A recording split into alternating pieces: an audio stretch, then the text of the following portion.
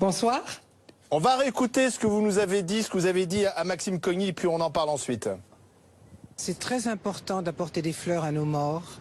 C'est très important de voir plusieurs fois le livre d'Hemingway, Paris est une fête. Parce que nous sommes une civilisation très ancienne et nous porterons au plus haut nos valeurs. Et nous fraterniserons avec 5 millions de musulmans qui exercent leur religion librement et gentiment. Et nous nous battrons contre les 10 000 barbares qui tuent, soi-disant, au nom d'Allah. Voilà, ce discours, très simple mais très ferme, a, semble-t-il, beaucoup touché les internautes, les Français. Vous êtes devenue la mamie qui fait du bien. Oui, j'ai été étonnée moi-même. Et je suis très heureuse d'avoir pu faire du bien à beaucoup de musulmans qui me disent « Merci madame ». Oui, parce qu'il y a une phrase forte que nous avons retenue, c'est celle-ci: nous fraterniserons avec les 5 millions de musulmans qui exercent leur religion librement et gentiment, et nous nous battrons contre les 10 000 barbares qui tuent, soi-disant, au nom d'Allah. Absolument. Absolument. Et nous porterons très haut nos couleurs qui sont liberté, égalité, fraternité. Ça vous fait du bien? C'est vraiment le moment de fraterniser et je suis extrêmement émue. Oui. Je suis très émue des fleurs que je reçois ce jour, des mails que je reçois, de savoir qu'il se fait une collecte pour m'offrir encore des fleurs, alors que je dis que les fleurs, c'est pour nos morts. Mais je suis ravie de penser que cette collecte, elle peut servir pour moi à faire des dons aux nombreuses associations de défense des droits humains pour lesquelles je dépense mon énergie. Donc je remercie infiniment toutes les personnes qui auront donné de l'argent pour qu'on m'offre des fleurs, et moi je vais offrir des sous à Prisonniers sans frontières qui s'occupent d'humaniser les prisons en Afrique de l'Ouest. Je vais donner des sous à Parcours d'Exil, qui est un centre de soins aux torturés, d'où est née une petite association dont j'ai l'honneur d'être la présidente. Il s'agit de jeunes africaines excisées, mariées de force, qui sont la première génération, et je suis vraiment leur grand-mère, elles sont la première génération de femmes qui en Afrique disent non à la torture, non au mariage forcé, et qui fuient en France. Et j'ai été émue aussi parce que dès samedi matin, l'une d'elles m'a téléphoné en me disant « Madame Mérian, il faut que nous remercions la France après cette horreur de ces massacres ».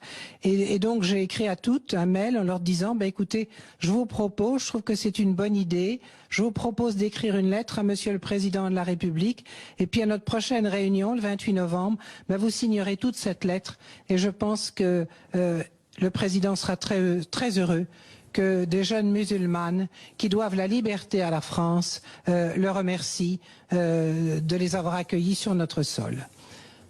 Danielle, vous êtes avocate de profession. J'ai regardé un peu votre parcours. Vous êtes une combattante pour effectivement la dignité des femmes et pour les droits de l'homme. Oui, tout à fait. Je suis féministe depuis ma naissance, puisque je suis née en 1938 sous le régime d'esclavage qu'avait inventé Napoléon, l'incapacité juridique de la femme mariée. Et j'ai vécu, j'étais dans une famille de lettrés, ce qui n'empêchait pas mes parents de préférer les garçons aux filles. Donc ça a fait de moi une révoltée immédiatement. Et puis j'ai vécu évidemment tout le XXe siècle, c'est-à-dire toute l'évolution des droits des femmes.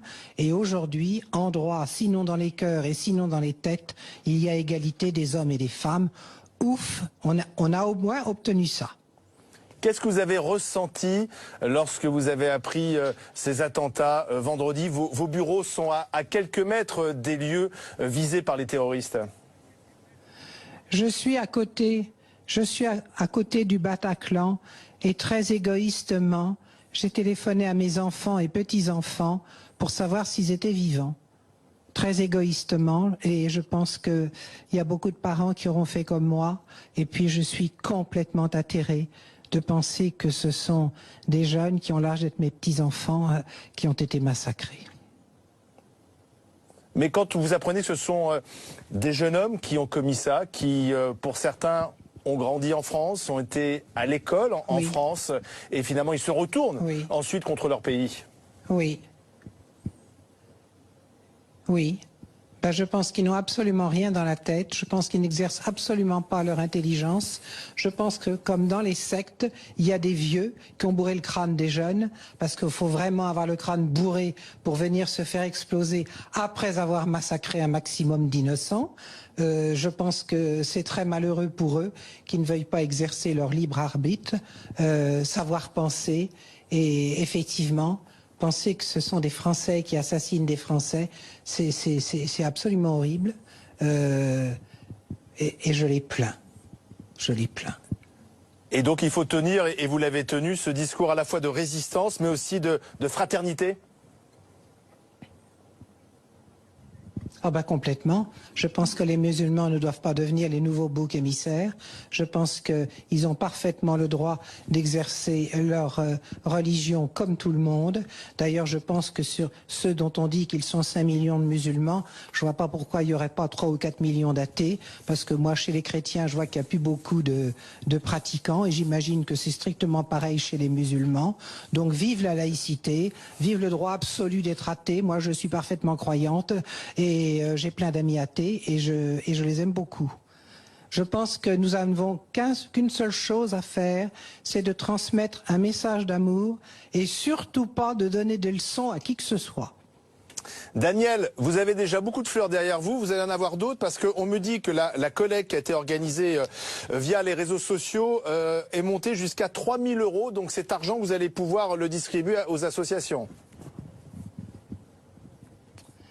Oui, je suis très très heureuse de penser que je vais pouvoir aider mes associations et je remercie du fond du cœur toutes les personnes qui voulaient m'offrir des fleurs. J'en suis très émue, j'en suis émue aux larmes. Merci madame en tout cas d'avoir été quelques minutes en direct avec nous ce soir sur BFM TV. Merci et bravo pour votre message d'espoir. 18h43, on va